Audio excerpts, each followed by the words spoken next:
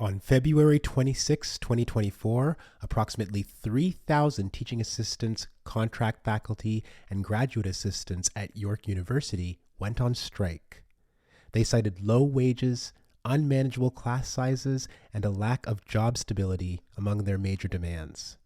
Now, this is a legal strike, and the union membership of QP 3903 have been on the picket lines at York's main campus in northwest Toronto, slowing down traffic to inform people of why they're striking and to pressure the university administration. But last Monday, police decided to intervene and disrupt the picket line, saying the union was illegally blocking Sentinel Road, a main entrance to the school and a traditional picketing zone for decades at York. Police arrested a picket captain who was reportedly charged with mischief, and they assaulted multiple other workers while physically forcing them off the street. I'm Shams. I'm a QP worker. I'm a TA.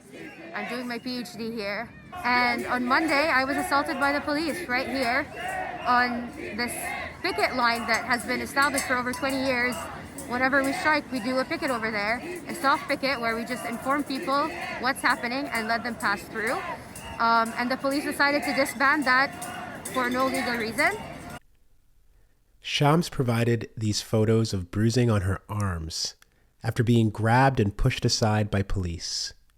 We also heard from David, a 3903 member who witnessed the police intervention.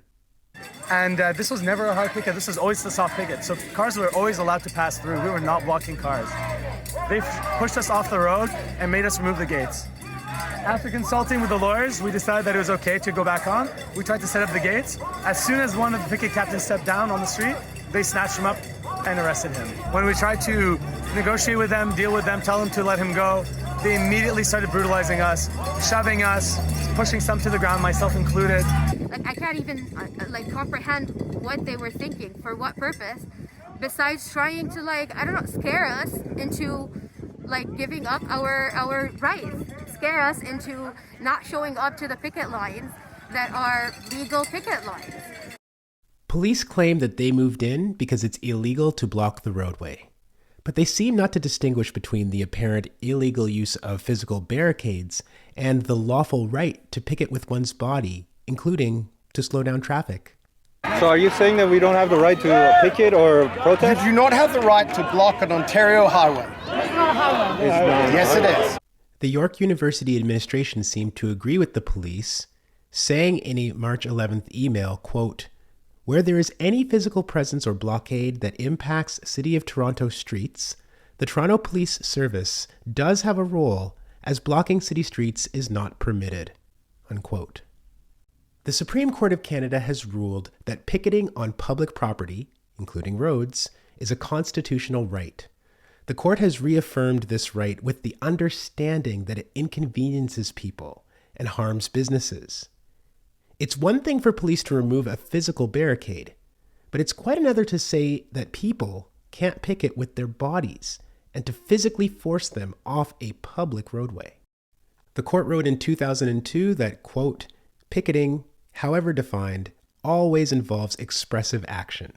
As such, it engages one of the highest constitutional values, freedom of expression, enshrined in Section 2B of the Charter."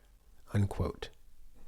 The court also wrote in 1998 that, quote, "Society has long since acknowledged that a public interest is served by permitting union members to bring economic pressure to bear upon their respective employers through peaceful picketing." Unquote. The police are correctly citing the Highway Traffic Act when they say that physical barricades to block roads are not permitted. But we should also talk about why these barricades are used by union demonstrators when they picket. And for examples of this, we don't need to look any further than York University, where, for example, in 2015, a driver struck 2 people with his vehicle after being outraged that he was held up by the picket. The driver reportedly then drove with one of the people he had struck on the hood of his car for several hundred meters before speeding away before police could arrive. A driver perpetrated a similar hit and run in 2018, knocking down a member of the picket line. And this leaves picketers in a very difficult situation. where on the one hand, the police suggest that they are not trying to infringe on the constitutional right to picket, but also the picketers cannot protect themselves with physical barriers, which leaves them at a real risk of being mowed down by people who just don't want to wait. People like Sanjana, another 3903 member that I spoke with, are deeply concerned about their ability to picket in the face of all of this police activity. I think being confronted in that moment with the power imbalance face to face with the police was really jarring. To know that we can be doing legal things, to know that we can be doing peaceful things and still be challenged like that with the power imbalance, be arrested like that. It was very disheartening, but it was more agitating. We're back here again. I think we all feel like they stepped on our legal right to protest, to practice our collective power of being a union, to practice our collective efforts to strike, ask for fair wages. I think the police is crushing that spirit, and it's very agitating. Like, it's frightening, but it also lets me know that it's that much more important to stay on the picket lines. It's that much more important to keep advocating, and that much more important for unions across industries to support each other, because they're not going to stop at York University.